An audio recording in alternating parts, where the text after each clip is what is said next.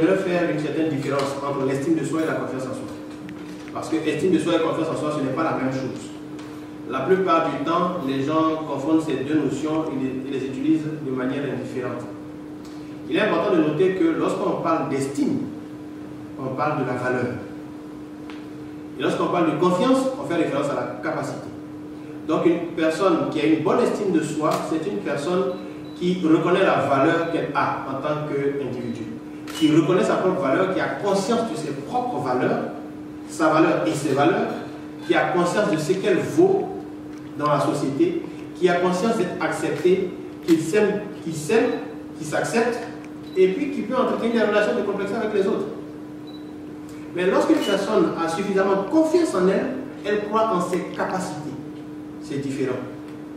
Je crois que je suis une personne qui a de la valeur, et à côté de cela, je crois en mes capacités, donc confiance.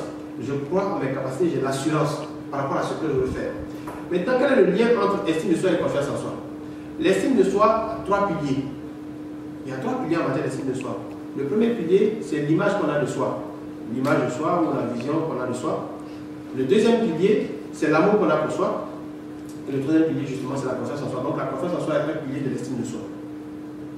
C'est pourquoi vous verrez des gens qui peuvent avoir en apparence confiance en eux, c'est-à-dire qu'ils posent des actions, ils agissent, ils accomplissent des choses, on les trouve inspirants, mais eux-mêmes, ils n'ont pas une bonne image d'eux, ils ne s'aiment pas. Donc tout le monde les apprécie, mais eux ne voient pas ce qui est appréciable en eux. Ces gens-là peuvent avoir confiance en eux, on a une mauvaise estime de soi. C'est pourquoi aussi vous verrez des gens qui dans la société ont tendance à vouloir écraser les autres pour se sentir exister. Écraser les autres pour se sentir exister, ce n'est pas une pratique qui est appréciable, mais souvent on observe ça.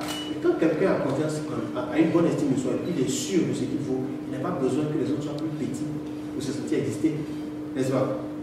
Quand quelqu'un est confiant, pleinement confiant et sûr de sa valeur, il n'a pas besoin d'humilier les autres pour qu'on l'apprécie, pour qu'on reconnaisse qui il est.